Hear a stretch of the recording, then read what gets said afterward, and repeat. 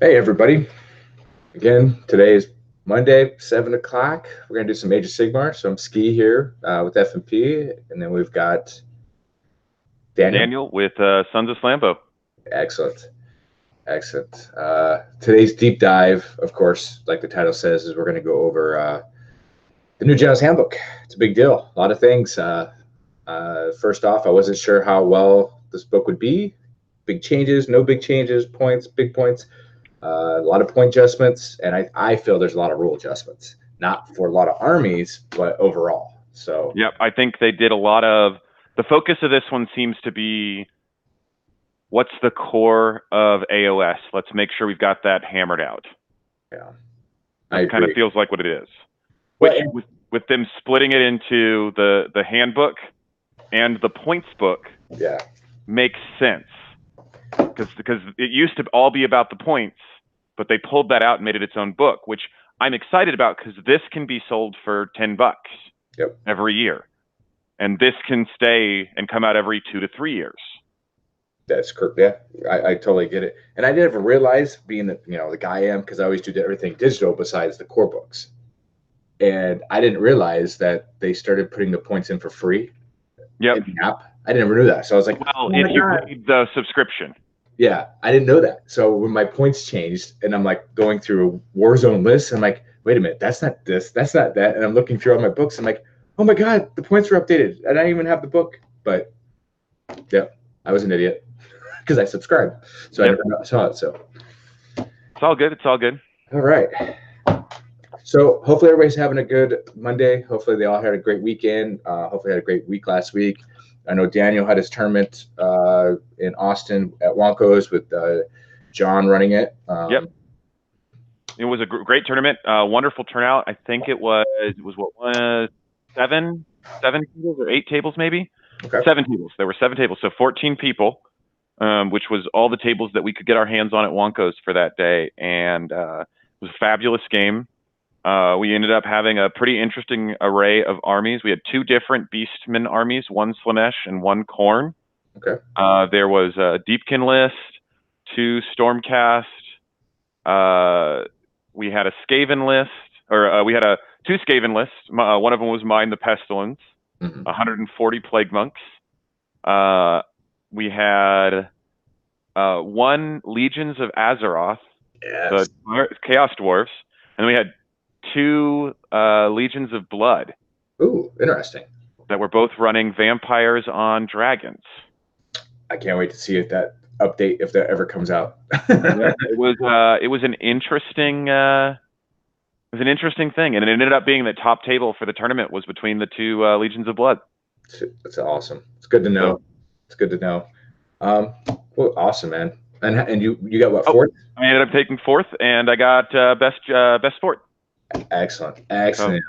I got that before Mr. Napick did. So Ah, everything is right in the world. everything's right in the world. Awesome, man. Well, my weekend was basically painting, Warzone, painting some more, Warzone, terrain. Yeah. So, but good, man. I'm glad you had a good one. So let's dive into this General's Handbook and let people know what we think and what could be worked on and what can't be worked on, or what you're going to use, what you're not going to use, all Mm-hmm. good stuff. So, Well, I got to say, the neat thing about it was the first 2 pages after the table of contents and a little bit of fluff was the player's code. yes, Um, yes. And we talked about this last week, did we not? we talked a little bit about this last week, and I'm mostly down with this. Yep. Um, I mean, it's nice that it's in print. Uh, it for the most part, it feels like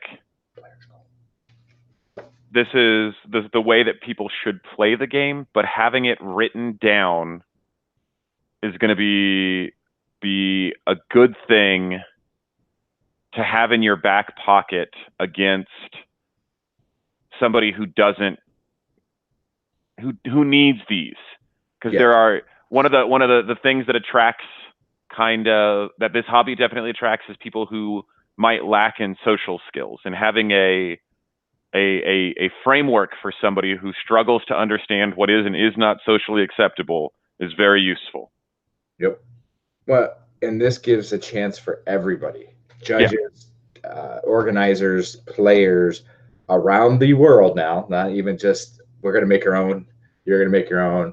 Like 40K has their ITC thing over here, and then Games Workshop's got their thing over here. And this book gives Age of Sigmar, follow these. If you follow these codes, you shouldn't have a problem. Yep.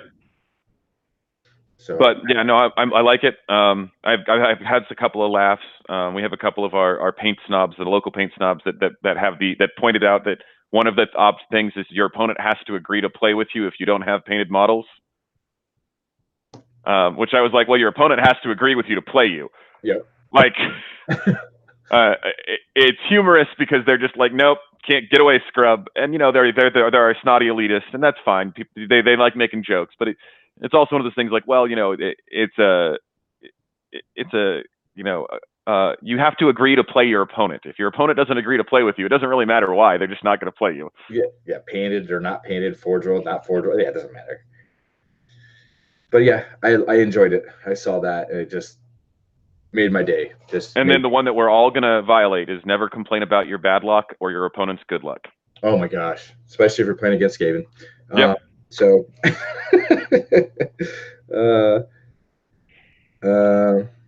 they go good. The page before it, they talk about it. The player's code. And they actually go through it besides the list, and I read through it, and I was like, cool. They explain it. It's a very nice way of putting things. So. Yeah, and basically in that little list, they're just talking about, we didn't write this because we felt like our players were struggling with these things. We wrote it so that people would have something to point to.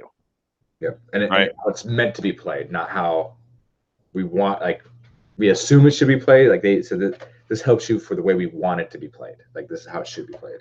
Yeah. So, which is good. I'm glad they finally put it in a book. Yep. Yep. All right. Well, next up was the open war section.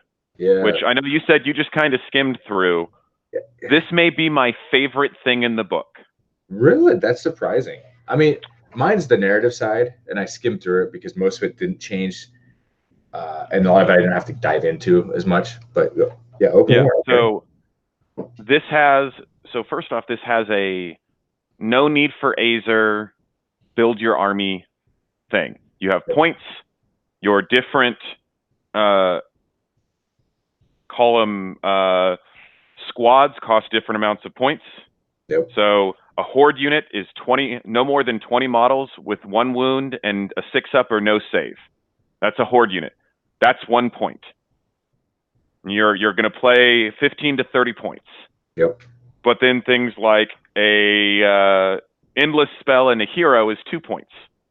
Yep. Right. But then it goes a step further and it says, oh, hey, by the way, here's what we're going to do. We're going to create a method for you and your opponent to draw 5 cards to say what is the army going to be composed of. Oh, yes. So you just draw these cards and you say, that's what we're going to fight. Let me build my army off of the cards we drew. So we're each going to have the same basic makeup as far as what kinds of units we are. I know my opponent's going to bring 2 hordes, 2 giant, like two single units that aren't heroes, 3 heroes, and look at that. It's 36 different cards. That just it's amazing to me. And then on 2 pages later, it shows you how to set up your board in a random way. Yes. So you got the board set up too. So it says, so here's where your terrain's going to go. So roll off on this chart. Figure out which one of them you're going to set it up as, and then that's where you place the terrain on your board. Yep. Let me show it real quick. There we go. It's focused on me. So look at there's the terrain setup, and then real quick, let me show them the cards again. So it's focused on me real quick. And so here's all the I know it's backwards because of the camera. I'm working on an overhead camera, guys, to switch in and out. That's still a work in progress. But this is basically every card has text on it where it says, like number 11, 1 horde unit. So it's not like an army profile where it says bone splitters, iron jaws. It's basically the detail of horde, regular, elite, guard, line breaker, gargantuan, champion, and conqueror. Those are what's on the cards, and it tells you those are what will tell you what to pick from your army that you own. Yep. Then the next page is, what's your battle plan look like? And it's a chart that you can roll on that just tells you how the board is divided up. And there's 12 different ways that you can have the board divided. Then there's an objective table where you roll for which your objective is. There's a twist, there's a ruse, there's sudden death. You can have a game that you build that is 100% random, so that way throwing down with your friends on a casual night or in a non-serious tournament, you can say, no, nobody knows what we're getting into. Bring as much as you can, because we're going to have random armies. We're going to draw 3 cards. That's what you're going to play this round with. Yep. And we're going to roll off on a plan, and we're going to roll off on an objective, and that's what you're playing. Yeah. Oh, yeah. And I think, I mean, I do enjoy that. So don't get me wrong. I like random stuff. I like, let's see what happens. It's just have fun, you know. It says grab a 6-pack or go to your local store for a couple hours and just have a crazy throwdown, you know. What'd you think about the terrain setup though? Like, so I'm going to hold off on that one until we get to match play, because until we get to match play, it really doesn't matter. Okay, sounds good. Because it's all the rest of this stuff. Well, so the terrain setup on this one, I think it doesn't matter, because the terrain setup here is you have a preset terrain setup. There's absolutely places on that board that you can set up faction terrain following their 6-inch, 3-inch rules. Yeah. Right. The way that they have that set up gives you open spaces, gives you narrow spaces, gives you all kinds of stuff.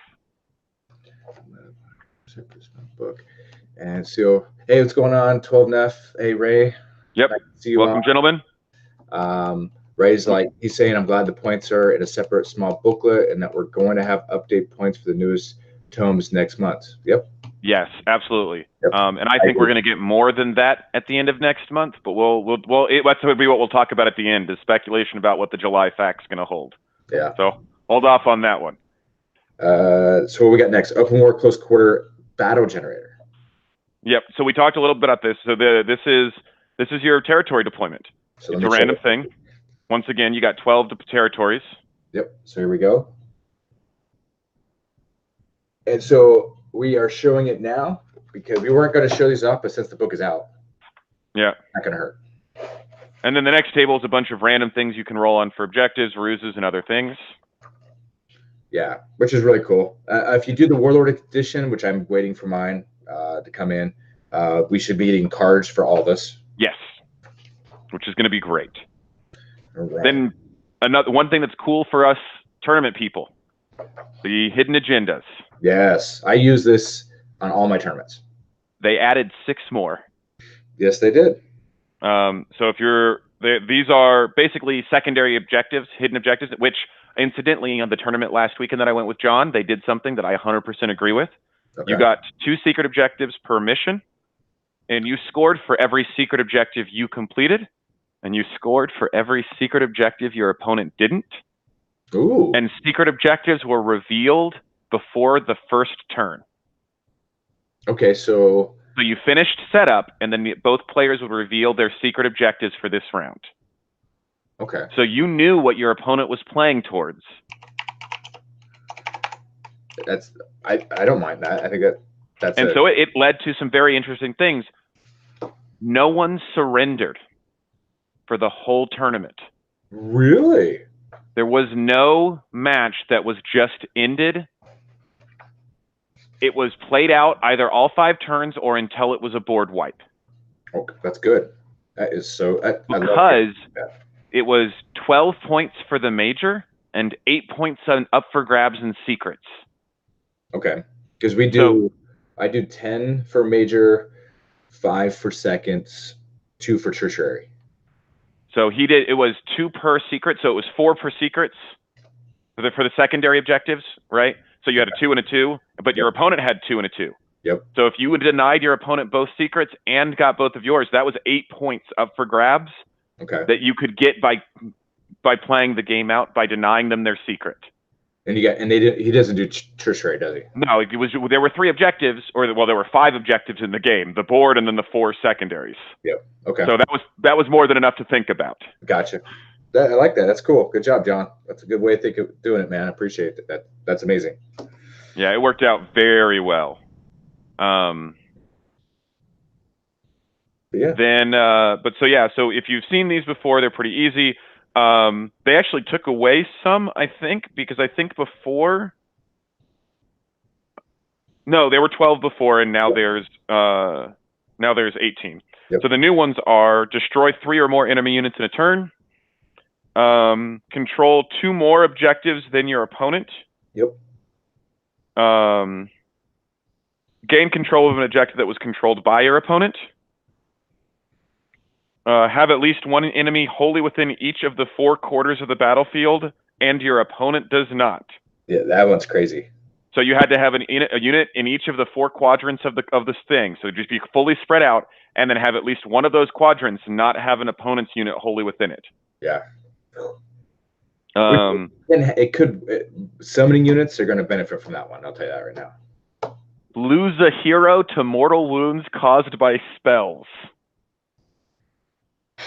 Like, I looked at that and it just made me like double take every time I see that. I'm like, okay, Foot of Gork, anybody? Oh, I'm sorry, no. Kill an enemy unit, not lose an enemy unit. Kill an enemy unit with mortal wounds caused by spells. Yep.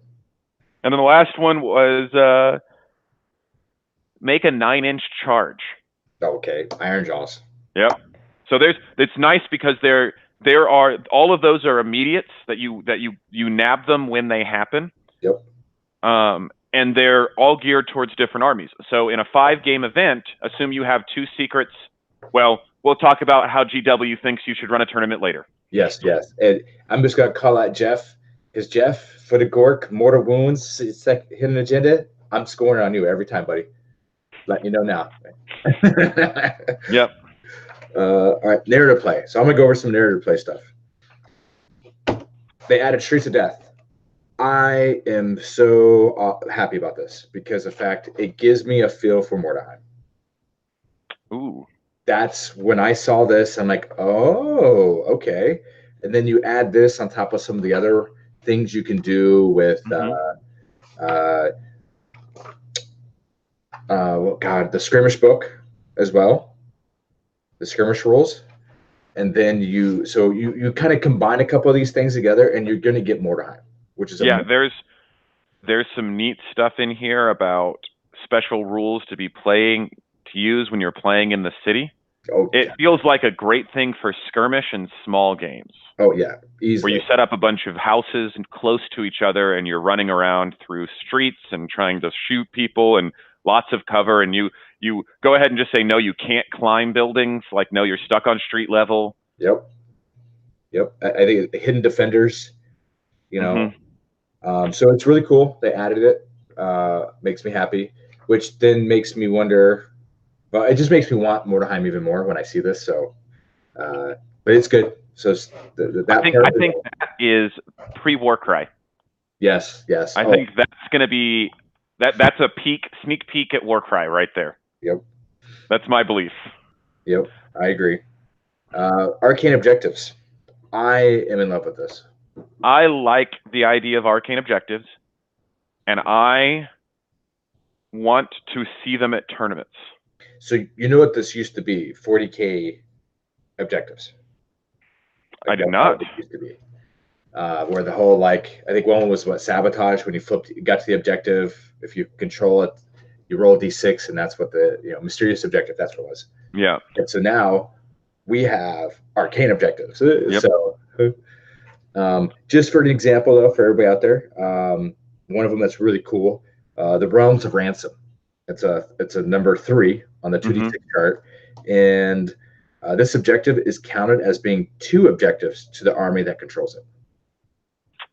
Ooh. That can change. So tournament people, organizers out there, you could do a really good job of making some amazing things between the objectives, maybe some of the city rules, like this whole book. I know we're gonna go through it, but this book, you can do some cool things for tournament with this. Yeah. So the locals in San Antonio talked about this some, and so we think would be fun for a tournament is you take a couple of these, 2 or 3 of them, and you predefine them, and then every tournament round you have a stack of them at the thing, and you shuffle them up and apply it to a specific objective in the tournament on the game, face down. Yep. And then when you claim the objective, you reveal what it is. Oh, that's amazing. Yeah, some of these though, I'm just like, wow. Like, No, yeah, it's absolutely going to be interesting. was it iconoclast axe? The cursed weapon carries an aura of anarchic or can't even talk today. Anarchic. Thank you. Destruction. Oh my gosh. This objective counts as being 2 objectives to the army that controls it if the army has a chaos or destruction general. Like that just blows your mind because you're like, all right, I got this, and then you're like, cool, and your freaking order Stormcast guy walks up. He's like, all right, and you get it. And you're like, well, I wish I was destruction. Yeah.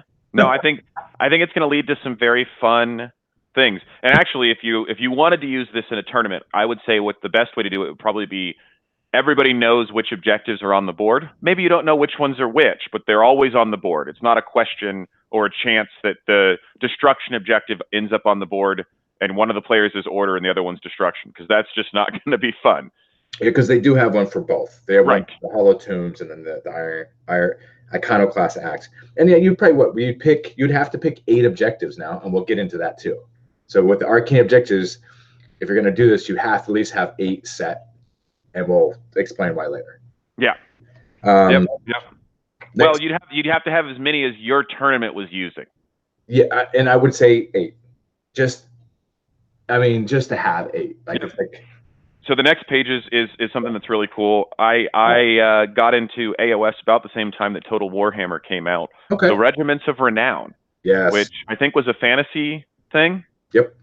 So now there's a way for you to add add special rules to special units. Yep. But they're interesting because there's requirements about which special rules can go on which units. Some of them have downsides. So, and again, this is great for the narrative play. Yeah. I'm using the heck out of this with the campaign that I'm going to run for the Forbidden Power, Forbidden Lore Stormbolt thing going on. Oh yeah, absolutely. Every scenario you get to renown one of the units that survived, you can turn it into a renown. And on top of that, this is what you use for Mordeheims. You take your city fighting, you take your arcane objectives, you take your regiments of renown, you take your skirmish book, you bind it all together, and let me tell you, there are people out there who can make the most amazing things with this. Oh yeah, there's a lot of great rules in here. Then there's some fluff, lots of fluff. So the Exilia, the Shattered City, just to let people know, it's a story that it is fluff. There's a battle about it. They give you some story behind it. And I'm not going to ruin it. I think it's amazing. So I think the Stormcast win. I'm going to go ahead and call it. Well, yeah, well, we'll see. And then it gives you a way to replay this, to actually do this as a narrative thing. So it's like a little mini campaign that you can do with this story. It has the battle plans for it. It has, I think it's 1, 2, 3, 4, 4 battle plans, I believe. Yep. And it's really cool. Some of these things, if you can reenact them, it's so. Disclaimer about narrative stuff. Tournament players out there, if you ever play narrative stuff, don't expect to win, because most narrative stuff are skewed one-sided. I would more precisely say, don't go into it if all you want to do is win. Oh, thank you. You're right. Better way. It's a very different approach to gaming. Yes. You need to fun. Yeah, you need to go into it with the understanding that you're doing it to tell a story. Yep. So when me and Daniel played in Austin during the narrative 1,000-point game, and I was playing against his rats, shooting warp storm rats, and I was playing my Iron Jaws, well, our objective was this whole pit of death, just to give you some scenario. And it was about jumping people into this death pit, and things happen later in the game. Well, the game was just crazy as it is, and we just played and had fun and laughed about it because it felt narrative. Even between what he was doing to me, it was like, how many orcs can he kill by shooting without killing himself while we jump in this hole? Like, it was amazing. And so I went into that game knowing that I was probably not going to survive already, because I see what's on the table. You can almost tell. And so I just had fun with it, and it was It was amazing fun. So Mm-hmm. that's what you have to do. Sorry, I No love worries. narrative. I love It having. was it's a fun thing. And Yeah, then more battle plans, some rules, or well, some charts that you can roll on for names, and rules for doing raids and ambushes. Another way to do narrative things about having special fighting circumstances. Combine those with the city fighting, or combine those with what we'll talk about later with the meeting engagements. And you yeah, have some pretty cool stuff. yes.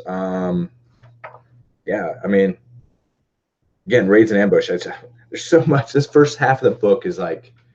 It's here's a bunch of optional rules to make your Friday game night fun. Yep. Great, I love it. Yep. Then comes the thing I think is going to change tournament play the most. What you think? So? I see. Actually, after looking at this, there's maybe one or two. Oh, no, I don't think you're going to see a lot of these. I think the existence of mercenary companies, is going to dramatically shift which armies come out on top. I'm a 50-50 on this one. I'm gonna say I have some reserve on that. I think that this is a way that there are a handful of these that fill a niche powerfully enough that we're going to see these all the time. And I have a couple of fun things that we've talked about and B, that they're going to make an army that was mid-tier, upper tier. And before we get into this, for everybody that's in chat, if you do play Age of Sigmar, please in chat tell me the army you play. While we're going through this, I want to know what you guys play out there, because there might be something in here that your army might be lacking. And if you haven't seen the General's Handbook, or if you want some information, maybe some things that we can do to help you tweak some things, look into some things. We have a lot of people out there that are very good at the game and they're experts. So let me know. There's some new armies that don't need anything really, but okay, you're fine, buddy. Yeah, right. You're good, man. Actually, that's not true. You know what Slaanesh can benefit from? The organ company. Oh my god, like they need it.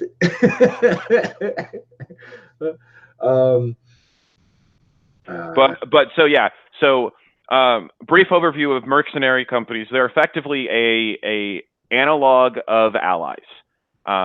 Normally, your allies are set by your allegiance. You have a set number of people a number of groups that you can pull from. You have 20%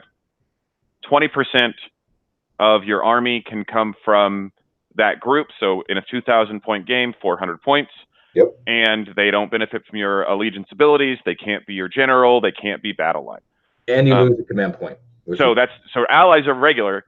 Mercs, only difference is that they also cost you a command point if you include a merc company, and you can only include one merc company. Yes. Other than that, they function basically the same as allies. Yep. Which leads to some really interesting things. So first off, there's one merc company in here that is just hands and feet above all the other ones, and that's the Lichmaster Mercenary Company. I was going to call that before you even said it. I was like, that is the number one. What it is it comes with a Necromancer, 0 to 3 units of zombies or skeleton warriors, and 0 to 1 corpse cart, and the power of the mercs is you get +1 to the attack characteristics of weapons for zombies and skeletons, as long as they're wholly within 18 inches of the Necromancer. Yep. So you bring one big blob of zombies or skeletons, you put the Necromancer in the center, and now you suddenly have a 40 block to hold objectives that the Necromancer can res. And can he summon? No. Okay.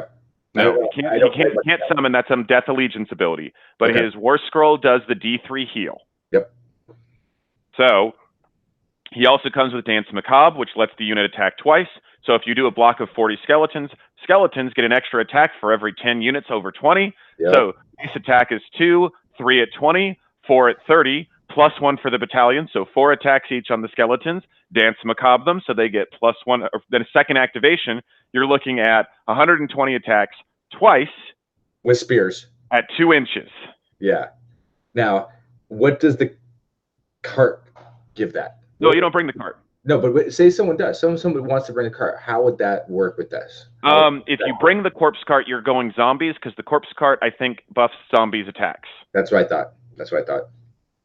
if I remember correctly. There's your balance. Like, you don't like skeletons, you like zombies. So you minimize. You take. Oh yeah, and if you go zombies, you can bring 60 zombies instead of 40 skeletons. Yeah. So I mean. Now here's the fun part. You can do it as death. Yes, you can. Yes, you can. The downside is they don't benefit from your allegiance ability. So you can't summon the skeletons once they've been killed off, and the skeletons don't count as a battle line. But they do benefit from all of your death spells. They do benefit from all of your death war scroll abilities. They do have the death and summonable keyword for everything else. You just can't bring them back with a command point, and they can't be a battle line. Yeah. But yeah. So I think other than that, it's a bunch of cool stuff. The organ gun provides some artillery for people who don't have shooting. And I want to touch on that too, because it's cool with the whole gyrocopter type thing, but you're not going to be able to fill the whole thing and match play for that. So it's better off to take an organ gun with a cogsmith. I think it's actually better just to take 3 organ guns. Well, because the cogsmith doesn't buff the attacks; he just heals 1 each round. But it also lets you re-roll the organ gun. Is that on the organ gun war scroll? Because it's not on the cogsmith war scroll. I will bring it up right now. Let me make sure. Come here, my orchid. Because if that's true, then yeah, you want the cogsmith probably instead of the 3rd organ gun. Yep. But other things you can do 3 giants. Well, up to 3 giants. You can do some Chaos Marauders with a Dark Oath leader. You can do Fire Belly with some Man-Eaters, a Chaos Gargant with some Chaos Spawn or Warhounds or Furies. You can do a Free Guild Company. You can do some Blood Knights and their leader. You can do some Flesh Eater Zombie or Flesh Eater Courts or some Fire Slayers. So the rest don't really stand out as a hardcore pick. There's some cool stuff going on, but overall they don't feel like a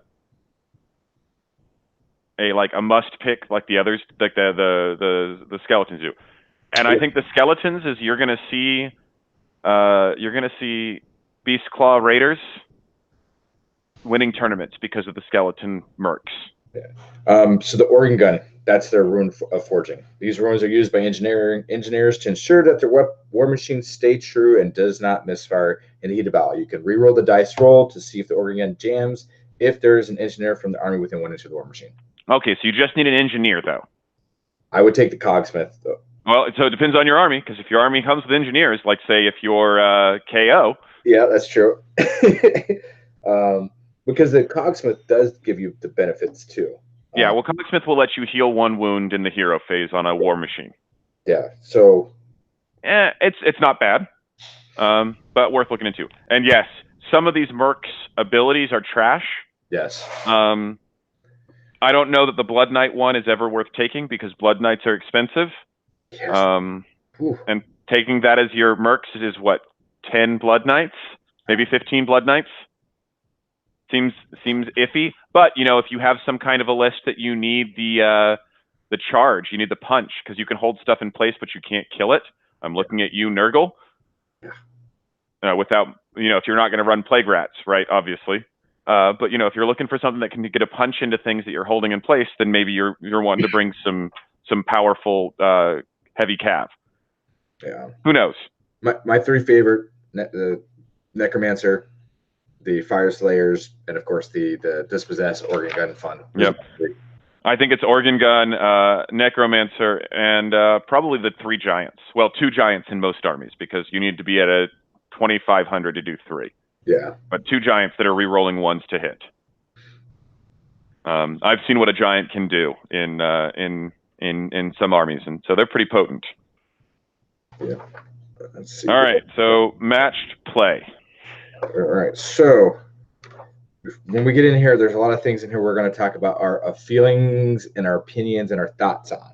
So don't take it as concrete because everybody has their own perception and ideas about how some of this is.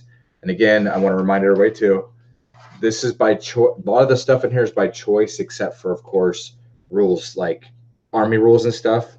But when it comes to the battle plans or the scenery or any of that besides major army rules, it's up to the players.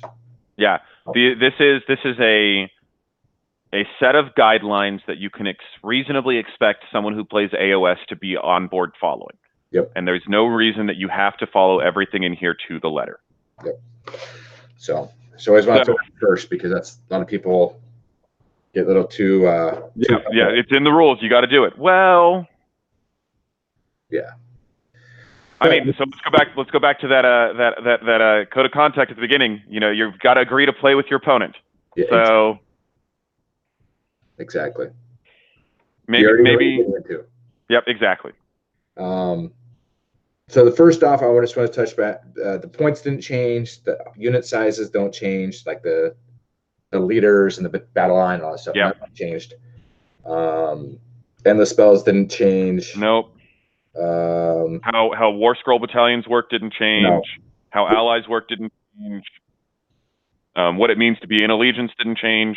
The only change kind of from your list building, command points. Yes, I was gonna hit that. Yep. So let you know too, if you use the app has been updated. So you can only spend 50 points on one command point, and that is it. There's no more hoarding your points for, I want to get 5 command points because I saved money switching to Geico. Nope. Doesn't work that way anymore. So, and then the app, if you use the app, there's an actual spot that you can click on it to say, hey, I want to use a command point. I want to buy a command point. That lets you buy it for 50 points. And this has 2 things. So one, you're only going to be able to bring 1 extra command point. This is actually going to heavily impact a lot of armies. Yep. And it's going to, I think, severely bring down Flesh Eater Court performance. I'm so glad to know that. A lot of Flesh Eater Court lists. Now, not all.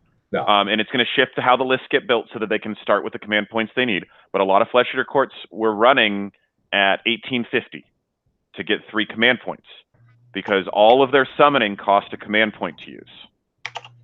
And so they wanted to do all of their summoning turn 1 so that you couldn't kill off somebody to prevent them from summoning. And they would be down 3 command points and be running 2 battalions. So they'd have 6 command points on turn 1 so that they could get all their summons off. So I think this is going to do a lot to mitigate that high performance of Flesh Eater Courts as an outlier. Because it'll give you options to counterplay because now you have heroes you need to kill before they can bring their summoning off. Yep. So, which is nice. I'm glad. And then the other thing it does is triumphs, which a lot of people probably aren't familiar with because it was not always used. But triumphs, which were a little bonus that you would get for playing under points to your opponent. Yeah. Now no longer count the 50 points you're spending for command points. You're now actually spending those 50 points for a command point. So you're not going to be down 50 points, which would make you under other people. Yep. You have to be totally under. And let's talk about triumphs. There used to be 3. Well, real quick. Yep. We kind of skipped over something. That's true. Battle plans. So we're not going to go into them right now, but there are a lot of battle plans. There's 18, and a lot of them got changed. But I want to note before we get there, they do have a section in here about 2018 battle plans option. Every battle plan that they have brought out, you can use that battle plan. Mm-hmm. Okay, so if someone says, I want to use this battle plan, you're like, oh, it's not update, it's not the new battle plan. It doesn't matter.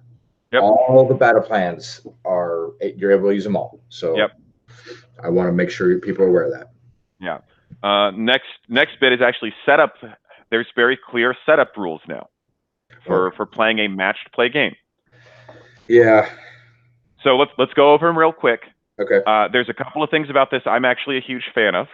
And there's a couple of things I'm a little bit wary on. So first things first, when you're setting up your board to play a matched play game, the first thing you do is you set up the objectives for the battle plan. Then you set up the terrain. Yep. And each player is going to put 5 pieces of terrain on the board, 3 that are large, no larger than 10 inches, yep. and 2 that are small, no larger than 6 inches. Yep. You can place them anywhere on the board. And you alternate you take turns placing, and when you place them, you dictate. That's when it's dictated what the terrain's effects are. whether it's the war scroll of the terrain that you're using, or it's one of the scenery rules from the chart. Yep. So as you will know what your terrain's effect is when you place it on the board, which I think is kind of neat. However, when you place terrain, it has to be placed 6 inches away from other pieces of terrain and 3 inches away from objectives. Yep. This is the part where I'm a little bit less happy. Yep. Because then you roll off for sides, and then you place faction terrain. And faction terrain also has to be placed 6 inches away from other terrain, 6 inches away from the board edge, and 3 inches away from objectives. Yeah. Oh. If you did not have those 6 inches away from other terrain, I think that's brilliant, and I want that in every game I ever play, even in tournaments. Okay. Okay. I still want it 3 inches away from objectives. Yep. And I would say 3 inches away from other terrain.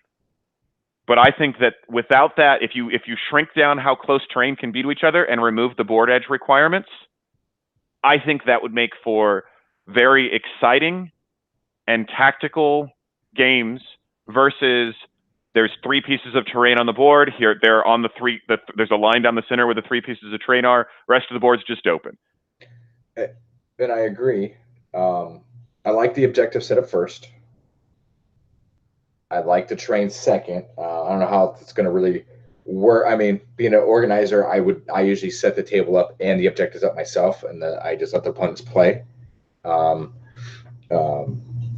But the distance of terrain, I'm probably going to cut in half off the bat. And then for faction terrain, once terrain is set up, I'm probably going to do the fact that a player can remove a piece of size, relative size terrain on the board and replace it with their faction terrain. That way you still have your 10 pieces. Everybody can use their stuff. So I have a question for you on that one. Okay. What about those factions that have more than one terrain piece? I would count them as one piece. Okay. It's one army, one piece of terrain, even though if it's 3, like Deepkin, either 2 halves or 2 boats. To me, it's one piece of terrain and aspects of an army. So, okay, I have 2 boats. Guess what? One boat's going here, this train's going. One boat's going here, this piece of terrain's going. Yeah, and so if you follow these rules as defined right now, which Facebook GW has said, wait for the July update, it all will become clear. Yep. So we'll see what happens. But if you follow these rules as they are now, there are several factions that will not be able to ever place terrain. Yeah, and Deepkin is one of them. Deepkin's actually not too bad because Deepkin is actually can place anywhere on the board. So their options are much more open than others. Depending on size. If they do the small ones, it's easier. The big boats, it's. So Skaven literally cannot place their terrain. That's true. Because it has to be wholly within 8 inches of the board edge and outside of 6 inches of the board edge, so they can fit a 2-inch thick novel. Yeah. So that's not going to ever happen. Sylvaneth is going to be really rough because those wildwoods are huge. Yep. Not impossible because you might play lighter terrain, but difficult. Yeah. Goblins is going to be near impossible. Yeah. With the size of that guy. Yeah, it's pretty big. I mean, because it's a pretty massive piece of terrain. And if you don't know what it is, let me just grab it. I like to show people just the size difference here. Let me grab something else here. I'm a big guy with terrain, so let's just show some comparisons because I have some for all armies. I get away with terrain because my wife loves terrain, so I get to get it. There you go. All right, so you got the boat. The boat, here's 1/2. Here is the full boat. So that is pretty big, okay? So that's 1 piece of terrain or 2 pieces of terrain. So as a Deepkin player, you can have either 2 full boats or just 2 halves of a boat. This is easier to manage with the new rules. This is kind of, it's going to have a lot of issues. Then you've got the forge. This is my forge. I painted one for a friend, the last one I was working on, but this is small. Comparison size of a half a boat. So easy, manageable to place, possibly. But then you go goblins. This is their piece of terrain.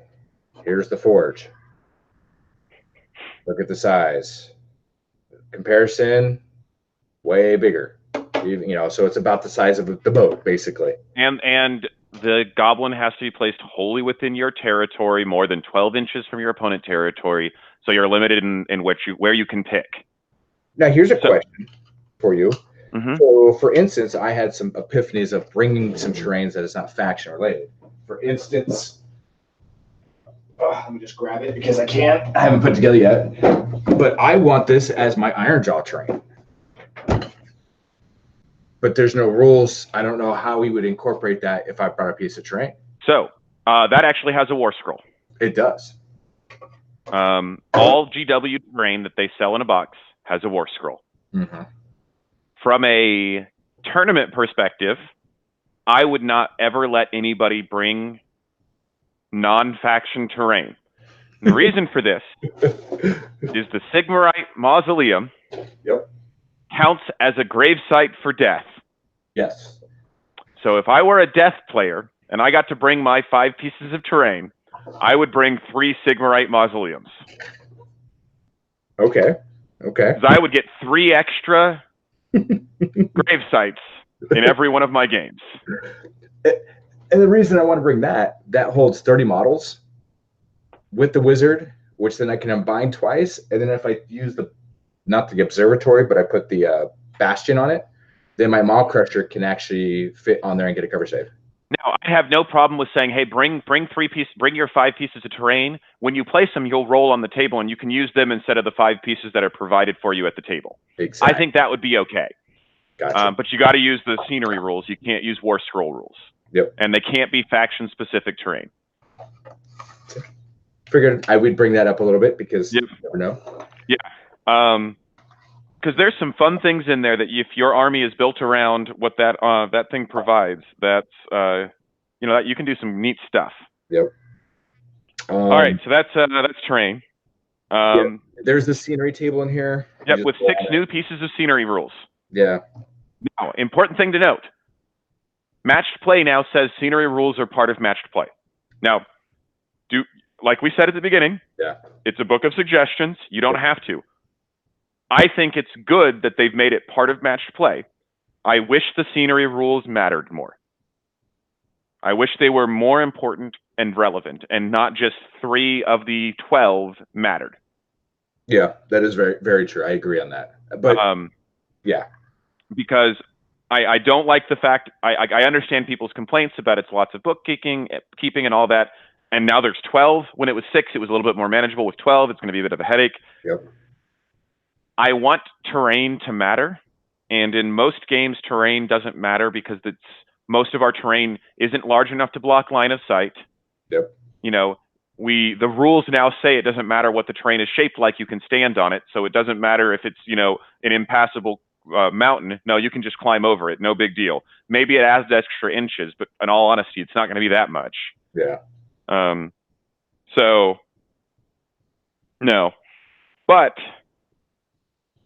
I some of these are kind of interesting, and will impact games. There's a lot more medium impact stuff as opposed to in the old 6. It was either major because it was mystical or arcane, or it really didn't matter. They're deadly. So deadly didn't matter. Like it was up to D3 and a 1 in 6 chance. Like it was 0.2 mortal wounds. And they have, well, now it's damned, I think. So no, deadly and damned are both still in there. Damned was a way to get, so damned used to be great because it was +1 attacks. Yep. Then it became reroll 1s to hit, and it didn't matter anymore. Yep. But now you can get a piece of terrain that gives you -2 to run and charge rolls if you start your move within an inch of the terrain. That's pretty awesome. You can get it where there's terrain that blocks line of sight. Yep. Except if one of the 2 models can fly. There's terrain that is the opposite of deadly, where on a 6 you take D3, but it's not at the end of your movements. It's just if you're in there at the start of each hero phase. Yep. That's a bit rougher, right? Yeah, always. There's a chance of getting a free command point on a 2-up.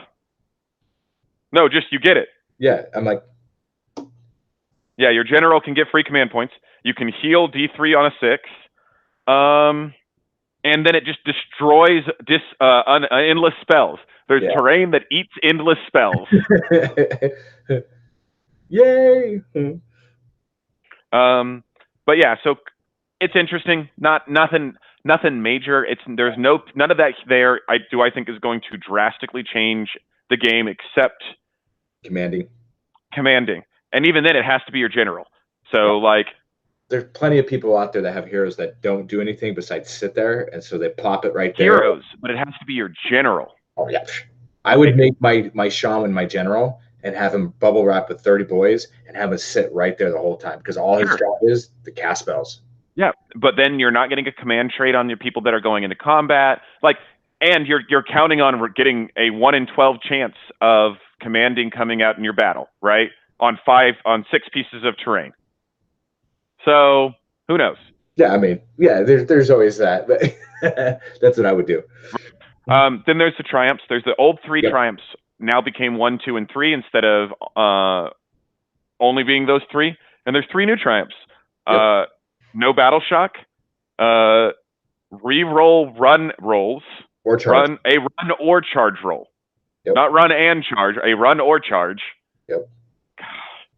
And free command ability. So a command point. Yeah, you don't spend a command point to use a command ability. In all honesty, for so battle shock is niche, but so it can be really powerful for some armies, because there's some armies that need their battle shock community, and if you get them out of position, that can really hurt them. But if you're not one of those armies, it's worthless. Well, but they change command abilities that we get now too. So the bravery thing might actually matter for some of those armies more now, because for command abilities, you can't use it to battle shock. Oh, I didn't even notice that they took away those. Yep. Oh, you don't have the ones. You don't have the ability to reroll charges. Nope. You don't have the ability to reroll runs. Nope. You don't have the ability to battle shock. Nope. What? Yep. Yep. It's all about reroll hits of 1. I missed that. Yeah. To hit, it's reroll the hits on all of attack, or defense, reroll saves, reroll shooting to hit, and reroll hits or saves. Yes, saves or hits, and you have to be within 12 inches of a hero or 18 inches of your general. Yeah. So yeah, no more inspiring presence. Which, ooh, that's going to make okay. Remind me of that one at the end, because that changes some of my expectations for the July FAQ. And that's where I looked at the triumphs and go, oh, they added over there. So, that's interesting, because one of the big complaints from 2.0 was it was too easy to get battle shock immunity. Yep. You're correct. We got rid of inspiring presence. Battle shock matters now a lot. A lot. Yeah. So then let's go into the battle plans real quick. So here's something they're doing in the book.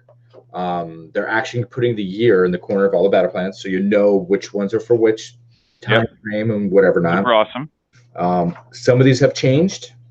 So the big stuff that's changed, kind of a common trend across them, there is a lot more neutral territory. Yes. There are not as many. The board is split in half. This is my territory, that's yours, which is going to matter a lot for some of these abilities where you get them triggering in your opponent's territory or in your own territory. Yep. It's going to limit where some objects can be placed, because it used to be you just put it on as far front of your territory. Korn's altar, which just has to be wholly within your territory. Well, now you're a lot more limited about where that altar can go. Yep. A big one, and this is why I said about earlier about having 8 objectives. So Scourged Earth now is 8 objectives. 1 per 1 by 1 square. 1 by 2. 1 by 2. Thank you. 1 by 2. That changes a lot. Yep, big changes. Scorched Earth has 8 objectives. Star Strike, big change. Yeah, instead of a 1 in 3 chance of it landing in one of the things, it's you roll 2d6 and land based off of where it rolls, which means this is now a much more viable. This is now a much more viable option. So real quick, Commander 2012 games. If you look in the General's Handbook, 2019, and you go to pitch battles, you go to page 57, command abilities will be up on top of the scenery table. I think the three command abilities he's talking about are part of the core rules. I think they are still in play. Oh wait, hold on. Yep. That's yeah, that felt weird.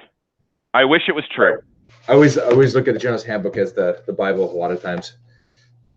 It's because it used to be 3 pages of rules in the back of every book. Yes, you're right. Yeah, you're right. Yeah. If it's in core rules, you're right. It won't get rid of them. And I'm looking right now. So go ahead. I'm going to make sure it's in here. Yeah. So the Star Strike becomes a lot better of a battle plan now because it's going to trend towards the center with some chance creating outliers. So you have a lot more idea of where things are going to be. So okay, so here we go. Here's a question. Then we'll go back to tramps real quick because okay. So in the core book it says they have the 3 tramps inspired bloodthirsty, and then here in pitch battle you must use the following tramp table instead of the one in the core rules. So it does say instead of the one in the core rules, whereas command abilities it says in addition to the ones you can already use. So, and that's so I just want to point that out too. So Commander, probably a good catch on that one on that aspect, but I'm looking for it right now. So yeah. I'm not going to go through all of these because that's going to take a ton of time. But there are, there are 18 battle plans. Yep, there is 18. 6 of which are from the core book. The other 12, I think, are in this book. 2, 3, 4, 5, 6, 7, 8, 9, 10, 11, 12. Yeah. So 6 of the core book ones didn't get updated, but the other 12 did. And that's not counting the additional couple in the forbidden. And then you have the forbidden power. You have malign portents. You have malign sorcery. Let's see here.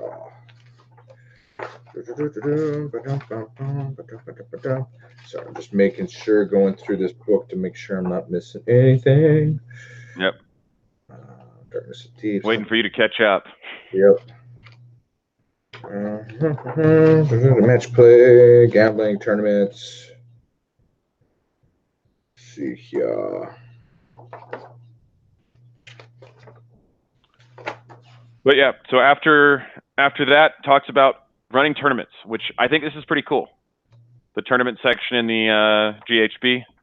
Hands down. It's neat. It tells you if you want to run your own 3-day or 3-event or 3-game or 5-game tournament, and you've never done it before, here's a way to run it. I'm not going to say this is the perfect way to run a tournament. I don't think I'll ever run a tournament using this 2-page thing. But if I had never run a tournament before and didn't have someone to help me run a tournament, this would have given me a way to run it. Oh, big time. Which I'm a huge fan of. It works out real nice. There's some pretty cool things in here. It talks about how you should structure the tournament when you show people the battle plans. The GW recommendation is that you actually announce the battle plan 15 minutes before the game starts. Yep. Along with the realm and the realmscape feature. So there's no shaping your list to the tournament. You bring the list you want to bring, and you're going to get 3 battle plans thrown at you or 5 battle plans thrown at you at the tournament. Which I think that makes for a very interesting and different play style from what I'm used to. And I may try that at a 2,000-point tournament just to see how it goes, see how it feels. Because a lot of times it's very easy to have hurt feelings if somebody brought a list that has a very glaring flaw, and then one of the battle plans that comes up needs it. For example, if you brought a list that was only 1 war boss and then 3 places of power comes up. Yeah. Right, it's gonna make that game's gonna be pretty miserable. Yeah. Well, and I like for Warzone, we're not releasing the missions until the week of, because we have all the army lists are in, so that's good. So we're going over all the armies, and then we still have spots open. Throwing out there, we have a handful of spots. If you're looking at going, cool. If you can't come to the day of, I know I'm kind of trying to promote, but you can still show up probably the day of if you still want to play and pay. Just make sure you have your army list, because You know, but we're not going to release anything because I think if you're an army, bring the best army you got. Yep. So, all right. Core rules. It is in the core rules at the 004 to the attack inspiring presence. Okay. It's on page 228 of the main book. That is good. Bad. So good catch, Commander. Yep. Thank you. Thank you. I don't want to dig too deep into the tournament rules they have. I think it's good for what it is, which is here's how to run a tournament if you've never run one, and it gives TOs a place to say, hey, we're going to use this except. Yep. Right. So they don't have to spell everything out. They can say, hey, look at page 70 and 71 in the GHB 2019. That's how it's going to work, with the exception on number 6. Here's how we're going to do terrain or whatever. Right. Yep.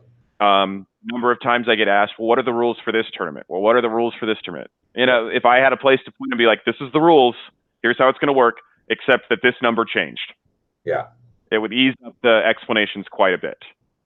Yep. Last thing in the book before we get to allegiance abilities is meeting engagements. Okay, so I've had people play this, and I've been wanting to play, but I've been busy, and I haven't gone through it all in detail. People are saying this is pretty fun and interesting because it's for a very different feel of a game. Very twist, like, you know, you have the twist cards, but this gives it a twist feel. So I like this. I really do like this option. So for anybody who hasn't read through the book yet, meeting engagement is a new way of playing. There was an article about it, I believe. Yep. But basically, it's a 1,000-point game that you play, where every turn you get to bring more of your army on the board from the board edge for turns 1, 2, and 3. Yes. And your army has very specific guidelines about what kind of units can be in each of those sections. It has very specific guidelines on how many of each kind of unit you can have in each group. And it has very specific guidelines about how many of each unit you can bring in the army. Notably being that you can only have 2 copies of one war scroll in your army. Yep. Yep. That is correct. So there's none of this, you know, skink spam. If you want to bring skinks, you can bring 2 units of skinks. Yep. Can't have 3 units of skinks. Yeah, there's that. There's the in the spell, you only have one. I think it's pretty neat too, the way that your units come on the board. Oh yeah. Instead of, you know, setting up on the board during your movement phase and then they don't get to move, they come on the 3 edges of the board edge. Yep. And if they can't fit, as much of their base as can fit on 3 inches fits, which I found hilarious. I don't know if it's possible to take one of the big units in this army, but I think it'd be really funny to see somebody bring like a Maw Crusher that's only 3 inches on the board at the start of the game. Yep. Well, they have a picture here of one of the KOs. Yeah, the frigate. No, I think that's a gun hauler. Probably a gun hauler. I'm like, Yeah, and where it's 3 inches on the board, and it looks like it's about 1.5 inches off the board. Yeah. It looks really neat. There's some pretty cool battle plans in there for it. Oh yeah. I think it'd be a really fun 4-game tournament, 5-game tournament in one day. Yes, that's what I've been looking at. That's because you can do it small points, and I think the setup is perfect for it. I think it will come up for a very interesting, fun. Yeah. All right, and then I think that's really all we got to say about that one. It's until we get a chance to play it, there's not a whole lot more to talk about, but I'm definitely looking forward to it. Oh, big time, big time. All right. And I know it's 8 o'clock. We are going to go a little bit over, I think, because of the Gerneral book is a big deal. So we usually do an hour, maybe a couple minutes over. So yeah, we'll probably go till about 8:30 tonight. Yeah. Allegiance abilities. Yeah. Whew. There's some interesting things. Yeah, just disclaimer, a lot of people that have allegiance abilities are no longer allegiance abilities. They're starting to phase, I think, the allegiance abilities part out and making it command abilities or command traits. They're lightening the allegiance. Yeah. So just so you're not shocked. Yeah. Dispossessed, I'm still kind of about, but Yeah. I don't know. So Dispossessed is interesting to me because their allegiance ability is manipulatable. It is. You get to pick what your allegiance ability is for that game. And there's some pretty good ones in there. So there's 2 or 3 that are going to always pick one of those unless you go up against a specific army. But unlike other armies where you have to take it as like your chamber, and then if you get the army, great, and if not, oh well. Dispossessed, get it.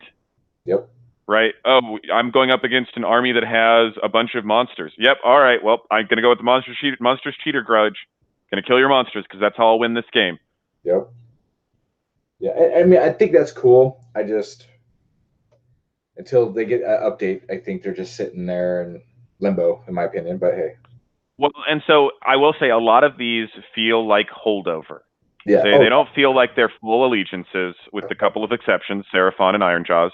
Yeah. But other than that, these are not real allegiances. These are, okay, that's what you want to play. Well, here you go. Here's some rules that let you play that and have some fun. Don't expect too much. Yeah. You got the Darkling Covens. Yep. Dispossessed. I will say Darkling Coven has some cool rules. Yep. Dispossessed, I actually think Dispossessed are underrated. And I think now that Dispossessed can bring in a mobile threat for turn 1 with mercenaries, that you might see them perform better. Possibly. But we'll see. Free Peoples, I've never read their allegiance ability before, and Overwatch in AOS would be really strong. I played against a Free People army with Overwatch, and it was not fun. Yeah. Not fun at all, because I was like, okay, if I wanted to play 40K, I'd go play 40K.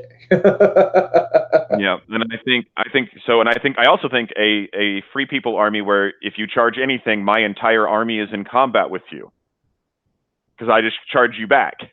Yeah, could be neat. Yeah, so I think Free People, when they get their update, they're gonna be a nasty army. I think so too. If they ever get an update. Yeah. I don't know if there were any Seraphon changes other than giving them spells. They got a spell lore table for Swan. No, for all wizards. Yeah. Yep. So I didn't really look through it too much, but they got 6 new spells that they can give people so that their swans can't cast them. But most of the time, they're just saving points to summon. Right, yeah. I think they have a skink wizard. So then if you're bringing that guy, maybe now you want to bring him so you can cast one of these spells. Yeah. I like, cool, more spells, more magic for Seraphon. That's when I saw it, I'm like, okay, yay. Wanderers and Slaves have stayed mostly the same. But the big winner, I think, of the Allegiance updates. Well, we got, I don't know, the Wanderers, I think, let me see here. As near as I can tell, Wanderers didn't have anything change. Out the way. Maybe some of their artifacts or command traits changed. I don't know them well enough. I don't either. Slaves of Darkness. Oh, okay. Thank you, Commander. Yeah, so the teleport automatically succeeds, but there's no chance at moving after you teleport now for Seraphon. Ooh, I didn't catch that. No, because I don't. When I play against Seraphon, they usually cast any spells. It's usually. Oh no. So, this isn't about the spell casting. So the Seraphon have the ability to teleport units. Yes. They were and they used to be, you'd roll a dice. On a 1 or a 2, it would fail. Yep. And on a 5 or a 6, they could move after they teleported. Yes. Then it changed to a 1, 2, 3. They would teleport but couldn't move, or like they changed it some way so that it was more likely to succeed, but less likely you get to move after. Now it always succeeds and you can never move after. So there's no more chance of you teleporting a unit of skinks 9 inches away, moving them 6 inches, and then charging them. Now, correct me if I'm wrong. When they used to summon, they still had to be wholly within whoever summoned them, correct? Yeah,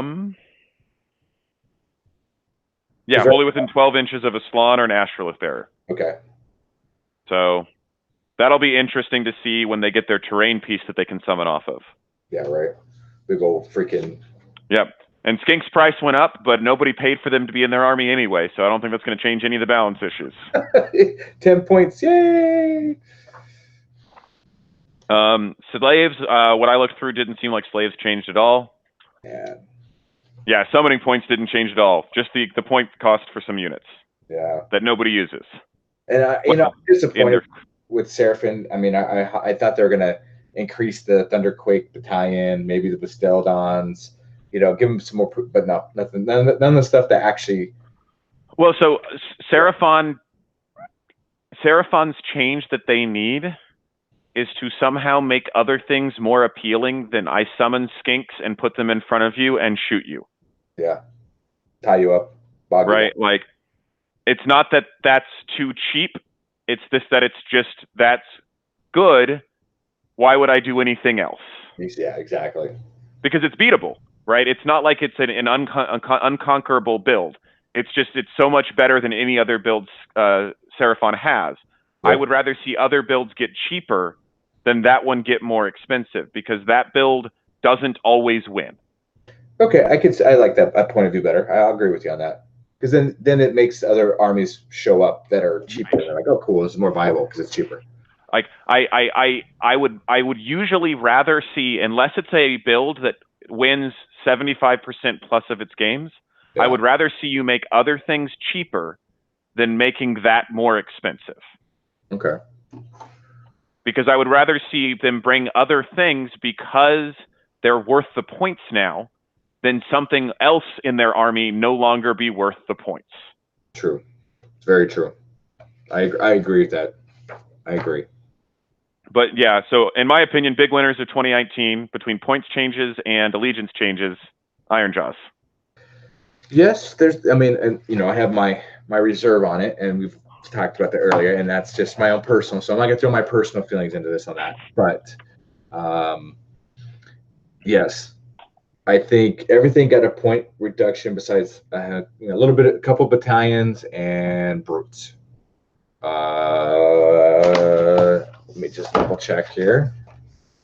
Okay, the Mega Boss, the War Chanter, and the Shaman and the brutes did not get any point, and the Grantas. So but everything else got a slight point decrease. Let's see here. Gordrak, Crusher, brutes. I had it backwards. Brutes got a point.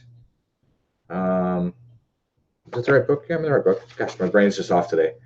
I think all the battalions did, right? Yeah, I was thinking the other way around because I was messing with my app. So with the new allegiance, the new spells, point reduction, you're going to see 1-drop Ironjaws. Yeah, that's what you're going to see. And some of those 1-drop Ironjaws are pretty fun. Yep. Yeah, it's going to be amazing. I think that's going to be the go-to battalion for everybody. See, I really like the other one. I really like the other one. You're going to probably see it, but I think the overall is going to be Bloodtooth. So, Bloodtooth is nice because Bloodtooth makes WOG better. WOG better. You get some bravery. You get a little bit of bravery. Get a charge. A +1 to your charge. Which is nice. Those are all bonuses. Yeah, which are all great. Like, don't get me wrong. There's nothing wrong with that. The other option is potentially, 5 out of 6 times, -1 to hit for the entire first battle round. Which is huge, especially if you go up against, if you want to let your opponent go first. Yes. Right? No, I'm going to take minimal damage from you round 1.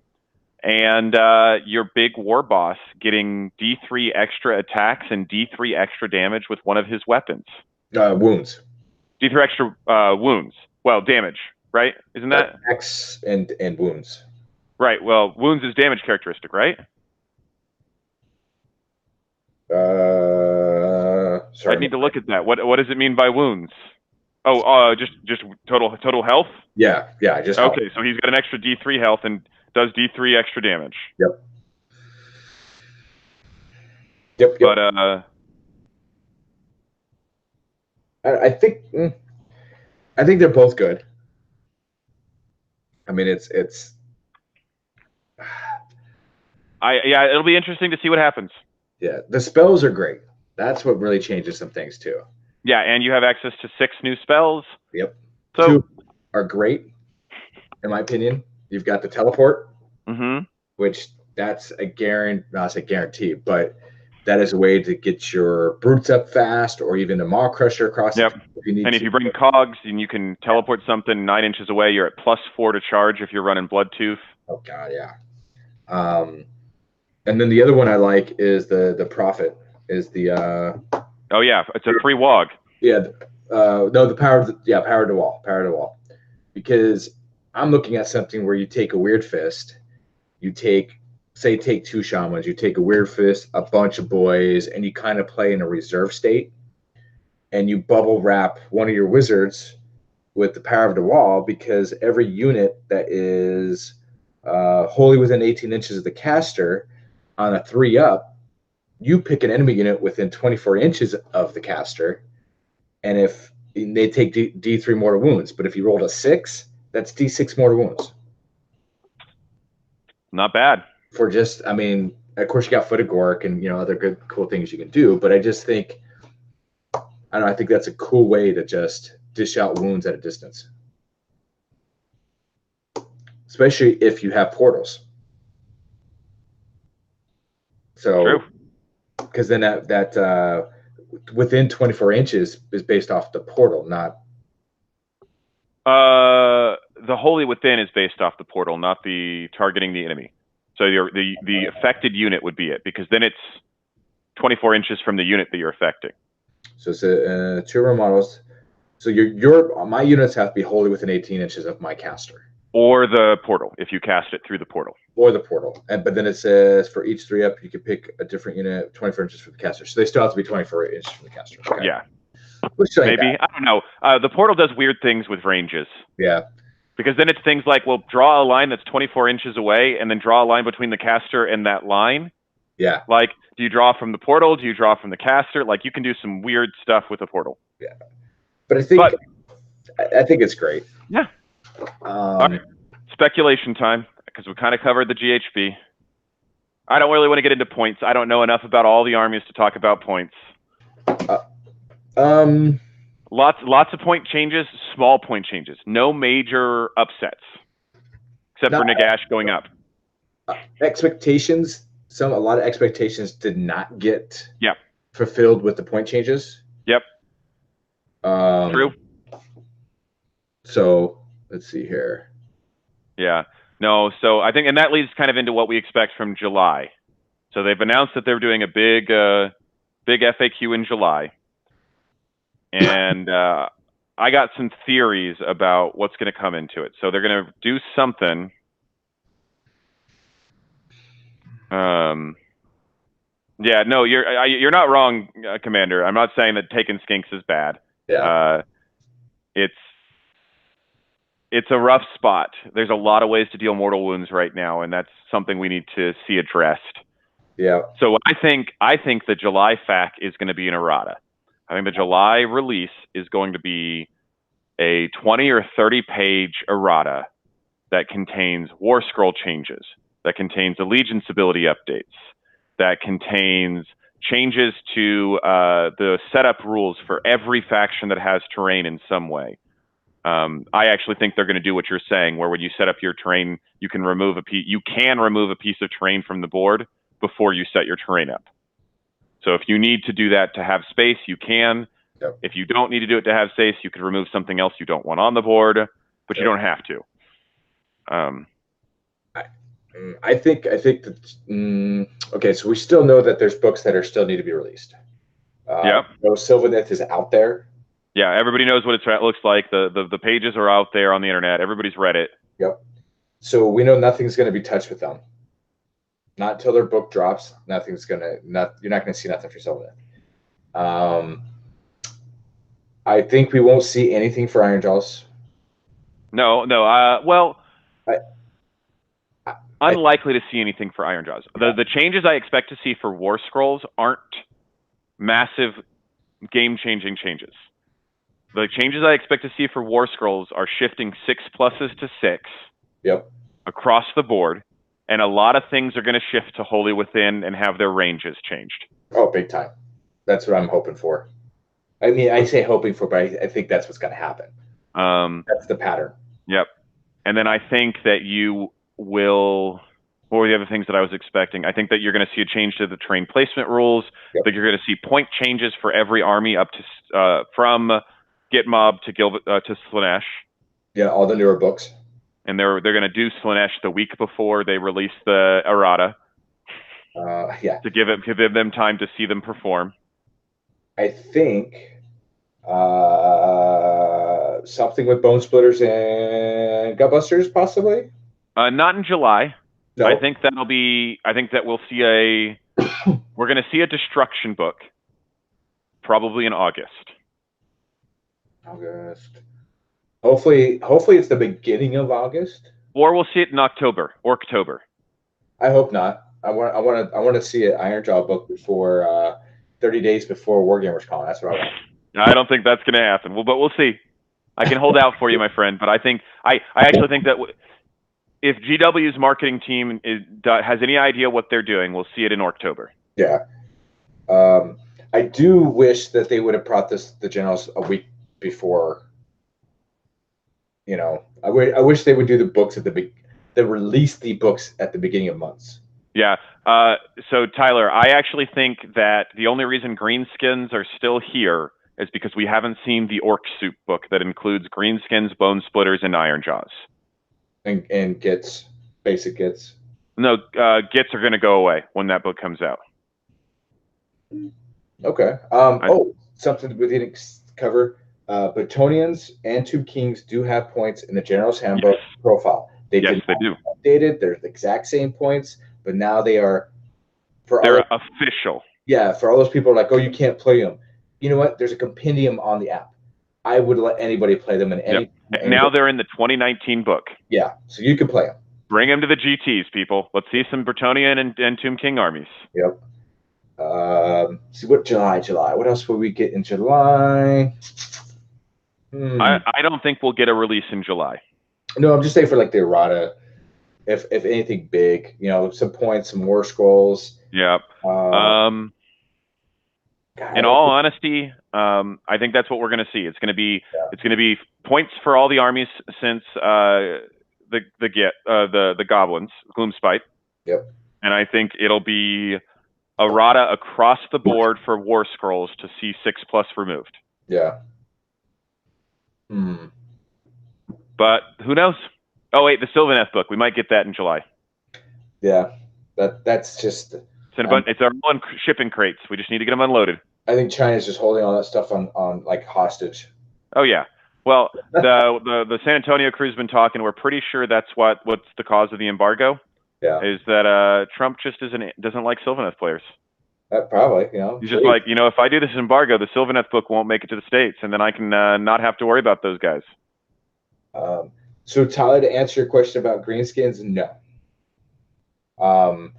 Now this is a trend. If you look at, I'm not looking at 40K, just the Age of Sigmar. Anything that's ever got new models, and I air quote this, there's always a 1%er, is new armies or something they already have a mainstream book for Age of Sigmar, not Warhammer Fantasy. Yeah. So the business idea is, can I trademark it? Yes. So we're not going to see standard orcs in the future. Yeah. Just like I hate to say this about like ogres, but there's a lot of ogres that are. This is another trend they do too. Are fine cast. And a lot of the fine cast models they don't make new models for. Yeah. You know, they don't make. And I'm not saying it's all of them. There's always the 1%ers. Now, when they release the Orc Soup book, will we see some kind of a new orc model? Maybe. It depends upon what they do. If they combine Greenskins, Bone Splitters, and Iron Guts into one book, they're real big on not having rules for models they don't sell. Exactly. So we might see new models for Greenskins in some way. They might get rebranded and the Greenskin concept goes away. Yeah. But it's hard to tell. Yeah, and I don't know. So this is just my theory craft is I don't think Bone Splitters will get. The only Bone Splitters will get pushed into another book would be with just Ironjaws. I don't think they would add Greenskins because I think Greenskins and anything that's not those two armies, they might get their own book. Just because the fact that Bone Splitters and Iron Jaws already have an actual Age of Sigmar book. Because Bone Splitters used to be Savage Orcs, Iron Jaws used to be Black Orcs. Those were the old two fantasy factions. So with ogres, they did Beastclaw Raiders. That was the Age of Sigmar army for ogres. I have a feeling that the ogre kingdoms and all that will probably get pushed into ogres. If they do with the greenskins, I think greenskins. I don't know. That's a funny like a spot because the Gits should have been with Gloomspite if whatever was not getting rid of, and whatever greenskins were out there should have been put into Iron Jaws and or Bone Splitter book. Since they separated all that and they got two destructions or all three destructions got their separate books, there's no real place for greenskins. There is no real place for the Gits. There isn't, and it's an unfortunate thing. But we've also been surprised by decisions that GW has made in the past. Not releasing new models when big, like no new Skaven models. Probably one of their biggest loyal fan bases. Like Skaven players will buy whatever GW sells in droves. Didn't release a single new model when they threw the book out. Yeah, you got spells and a book and some dice. But so who knows what'll happen? We'll see it when it comes out. Let's see what time we got real quick. Yeah, I think it is time to wrap things up. But what I'm hoping for, this is my wish, is free people, dwarfs, Iron Will, or so I want to see a human faction, not human faction, the dwarf human book, and then I want to see a elf book, high elf, wood elf book. Those two books, an ogre book. Yeah, those are what I want to see. So Dark Oath. And Dark. Well, that would be an elf book. Yeah, I want not Dark Elf, Dark Oath. The chaos. Well, that would probably be the part of the. I would say Slaves of Darkness, but there'll be I think that I'm hoping for a Chaos Unbound book when Warcry comes out. Yep, that's my hope. And of course, the Grot Sky Pirates, because they keep talking about those. Yeah, God, give me my squig blimps. And so I'm gonna. So I hate to say this, Tyler, you bring up a good point. Gits were not updated. Is that all the lore books? If you read a lot of these books, they talk about Grot Sky Pirates, especially in the KO books. All right. Well, I have to take off, sir. Yes, sir. It has been a pleasure talking with you. Yes. And I will see you in 3 weeks because I'm going to be on a boat. Oh, so okay, so I won't see you at Warzone? Nope, unfortunately not. Okay, not a problem. If anything changes, please let me know, good sir. Will do. I'm on the boat. Do not sink. For everybody else out there, I want to thank all the patrons that help support the channel. Everybody else that has shown up today and watching our stream and all the communications out there. I so appreciate you guys. This is something we're trying to do every Monday at 7 o'clock. We might do some shifting on depending on guests. We're trying to get rotating guests. Next week, just to let you know, will be list review. I think it is list review for next week. Because it's 2 weeks for Warzone, so we have 2 Mondays. Yeah, we got 2 Mondays. So either next week or the week after will be list review. Yep. And the other one, don't know yet. We'll figure it out. We'll figure it out. So I appreciate everybody here. Thank you. Have a great rest of the week. And be safe, guys. Good night. Good night, people.